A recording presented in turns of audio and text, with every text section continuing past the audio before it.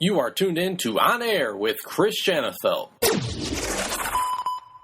Welcome back On Air with Chris Shanafelt as we continue our Player Spotlight series with the 2020 NFL Draft Class.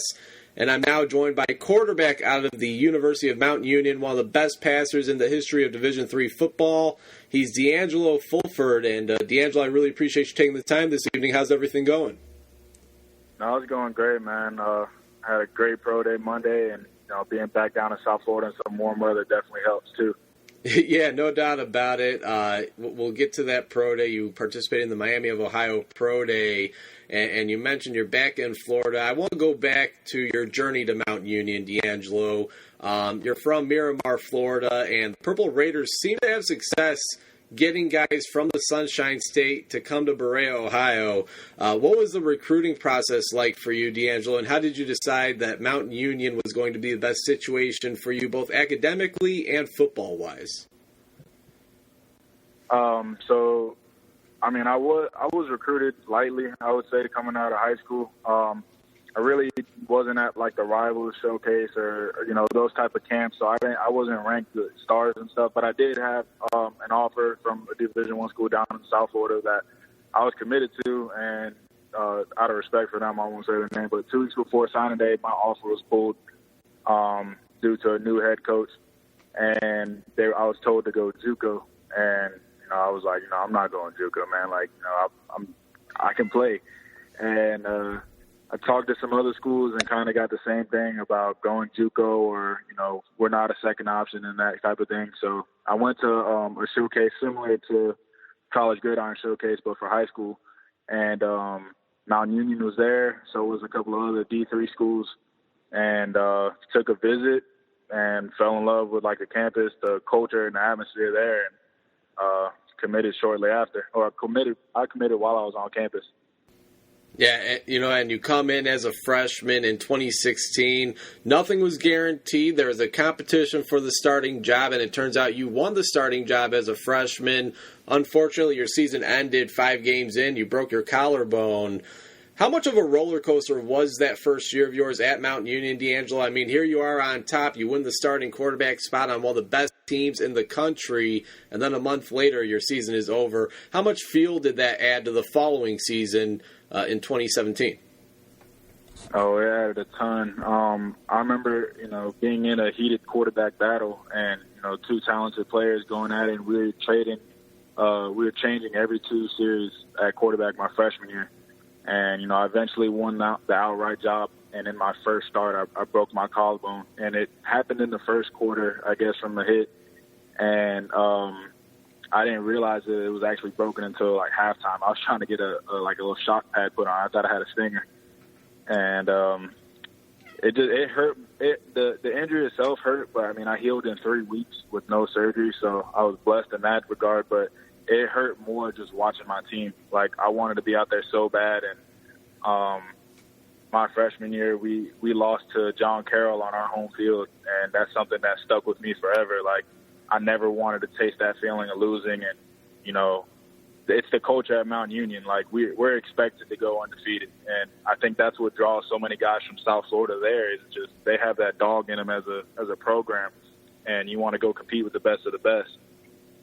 So my freshman year was a ton of emotional roller coasters in that regard, but I had a good coaching staff that kept me grounded, and some good athletic trainers that helped me get back right, and kind of the rest just fell into place. Yeah, I think it's safe to say everything ended up working out. Your sophomore season will go down as one of the best seasons we've seen a quarterback ever have. You threw for nearly 3,100 yards. You led the nation with 50 touchdown passes to only 5 interceptions. Not to mention you had another 450 yards rushing and 8 more scores.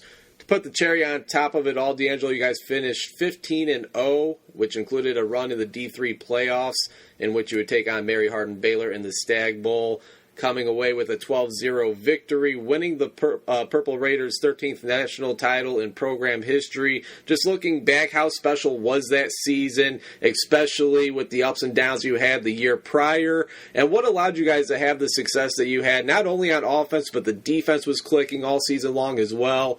Just looking at that season, it looks like it was the definition of truly a full team effort.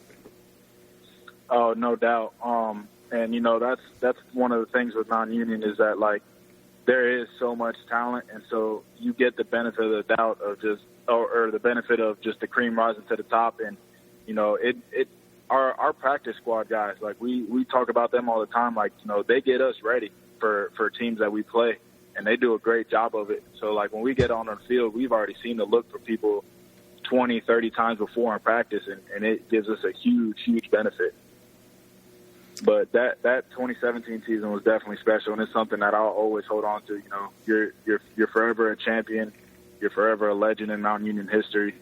And I think like the accolades and stuff that I was able to acquire is just a tribute to the team and the coaches putting us in the right positions to make plays. What's it like to play in a national championship game, D'Angelo? Anybody who plays a sport, whether it's little league, high school, college, or the pros, the end goal is obviously to compete for a championship. You've been able to play in 2 Stag Bowls. You're on the winning side in 2017, the losing side, unfortunately, in 2018. What were each of those experiences like? Obviously, you would have liked to have won both of those, but not too many people get to say that they've played in 2 national championship games, let alone win one like yourself. Well, I think part of it goes back to the culture at Mount.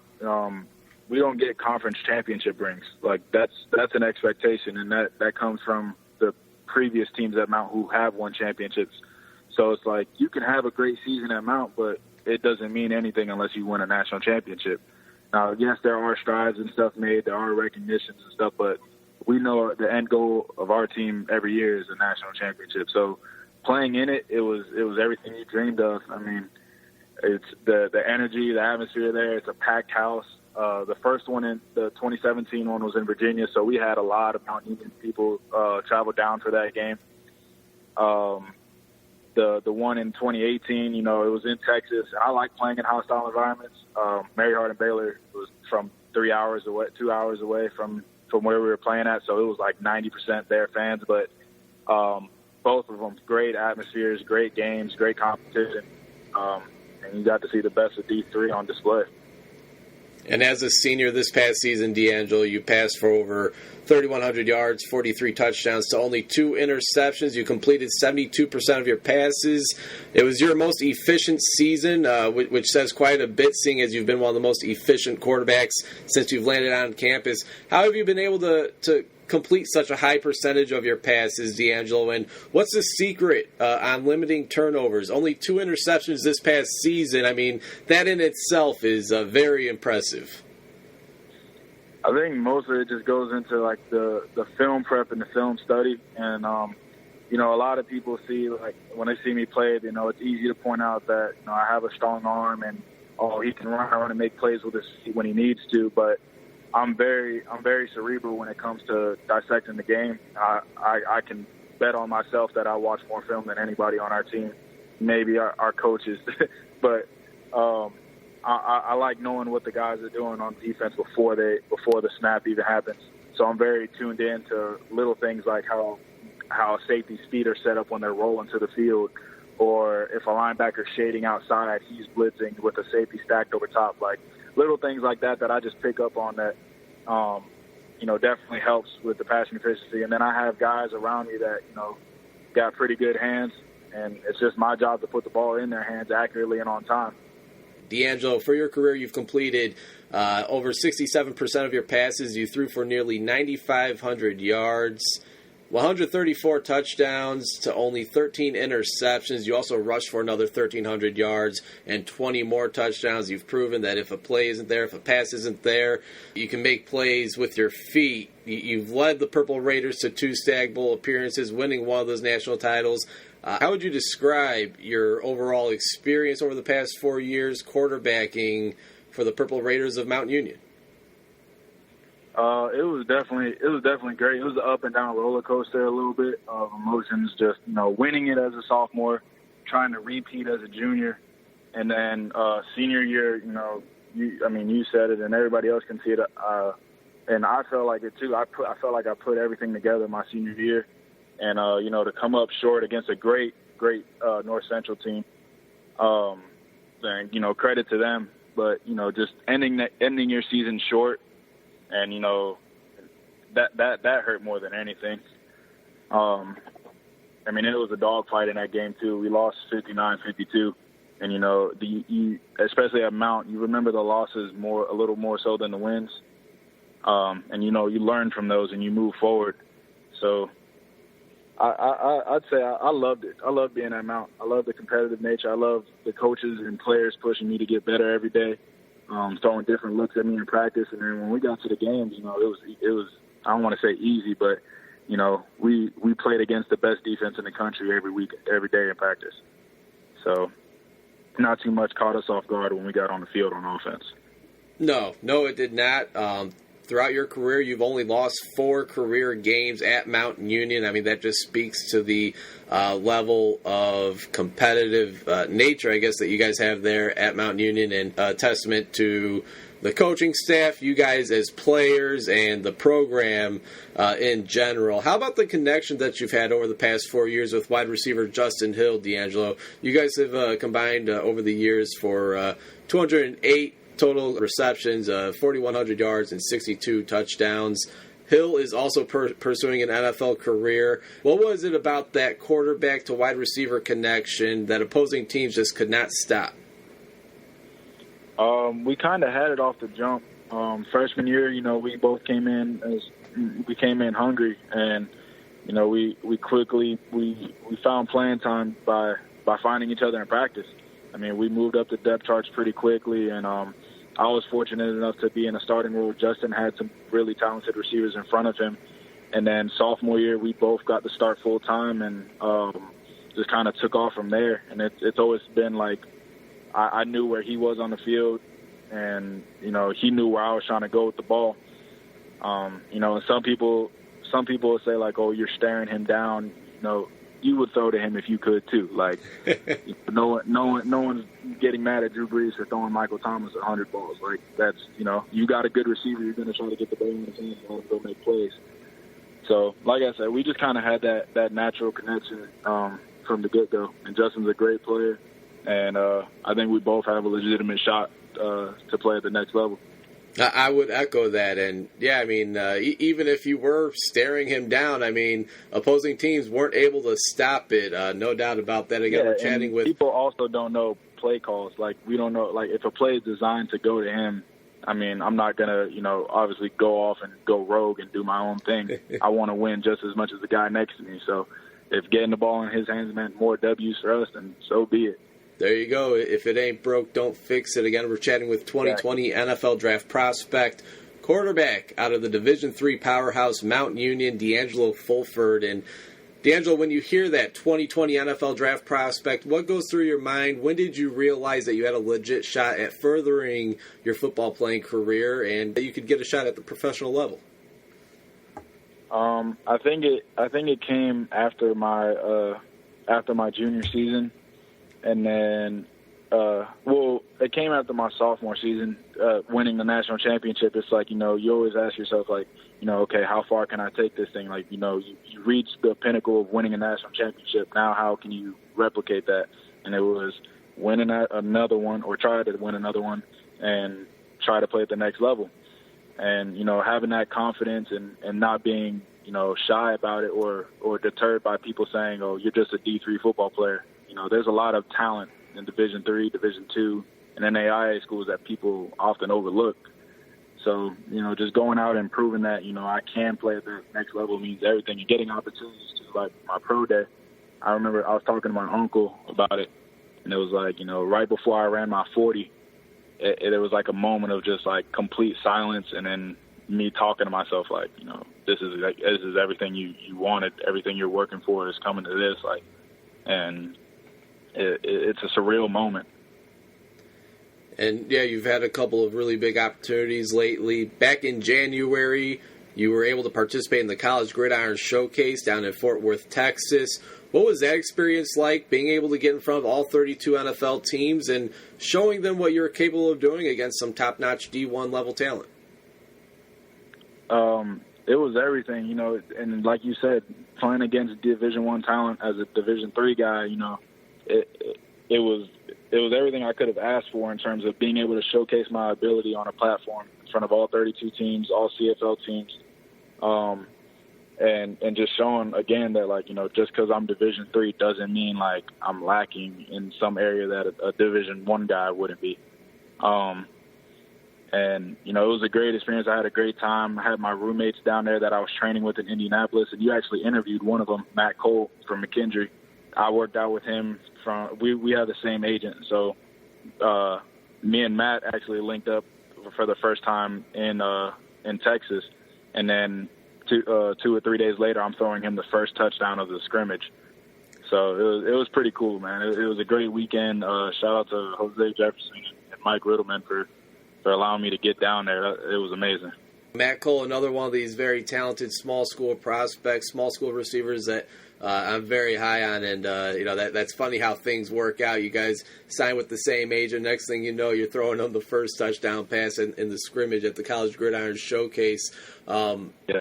Now, obviously, I know NFL teams have made their way through Berea, Ohio over the years. Again, Mount Union, a hotbed for professional-level talent, a D3 powerhouse. Whether it was at Mount Union, D'Angelo, or down at the College Gridiron Showcase, or earlier this week at your first pro day, were you able to meet with any teams? What were those conversations like, and how do you think they view you as a prospect? I think they view me as a prospect that has a high ceiling.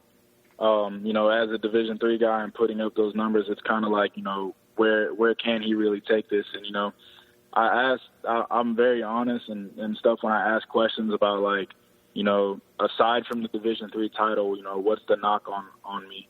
And I've gotten things like, you know, just work some more under center, quicken up my release a little bit because I do have a strong arm. I get away with a little bit of a windup. But for the most part, you know, they like what they see. I've talked to 9 teams in total. This past weekend, I was talking to the Cowboys and Lions. You know, it's kind of one of those things where it's just like it's a waiting game until draft day. I'm ready to go put up some good numbers again at the Toledo Pro Day on the 23rd. I have another one this month. So it's like I said, I'm just kind of ready. I'm just waiting in the wings for, you know, a call.